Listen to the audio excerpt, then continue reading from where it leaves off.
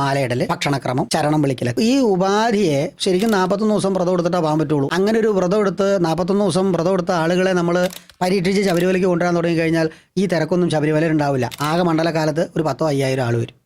അത് കൂടുതൽ 41 ദിവസം വ്രതം എടുത്ത് അത് കാലഘട്ടത്തിന്റെ പ്രത്യേകതയാണ്. കാലാനുസൃതമായി നമുക്ക് കാര്യങ്ങൾ മനസ്സിലാക്കാൻ പറ്റണം.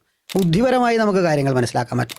നമ്മളെന്താ കുഴപ്പമെന്ന് വെച്ചാൽ നമ്മൾ പല സമയത്തും ഇപ്പോഴും ആ 16-ാം നൂറ്റാണ്ടിലെയും 12-ാം നൂറ്റാണ്ടിലെയും ആ രീതികൾ അവലംബിച്ചുകൊണ്ട് വന്നു കഴിഞ്ഞാൽ എങ്ങനെ ശരിയാവണേ?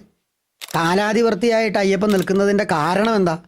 കാലത്തിനേക്കാൾ കളർന്ന അയ്യപ്പൻ മാത്രം ഇങ്ങനെ നിൽക്കുന്നതിൻ്റെ കാരണം മറ്റുള്ള ദേവന്മാർ അതേ രീതി തന്നെ തുടരുമ്പോൾ അയ്യപ്പൻ അന്നും ഇന്നും ഒരു കണ്ടീഷനും ഇല്ലാത്ത ആളാണ്. മാല ഇട്ട് കഴിഞ്ഞാൽ അവൻ അയ്യപ്പനാണ്. അപ്പം അവനെ ഇത്തരത്തിലുള്ള വ്രതത്തിൻ്റെ കടുത്ത വ്രതത്തിലേക്ക് എത്തിക്കുന്നതിന് പകരം എന്താ ചെയ്യേണ്ടതെന്ന് വെച്ചാൽ അവന് വേണ്ട മനഃശുദ്ധി എന്താണ്, അവന് എന്ത് കാര്യത്തിന് അവൻ അയ്യപ്പനെ കാണാൻ വരുന്നു, ആ കാര്യം അടുത്ത മണ്ഡലത്തിന് മുമ്പിൽ നടന്നിട്ടുണ്ടോ, നടന്നിട്ടില്ലെങ്കിൽ എന്തുകൊണ്ട് നടന്നിട്ടില്ല, അതിനെ എന്തവൻ അനുഷ്ഠിക്കണം. ഇത് നമ്മൾ പറഞ്ഞു കൊടുക്കുന്നതല്ലേ ശരിയായ വ്രതം.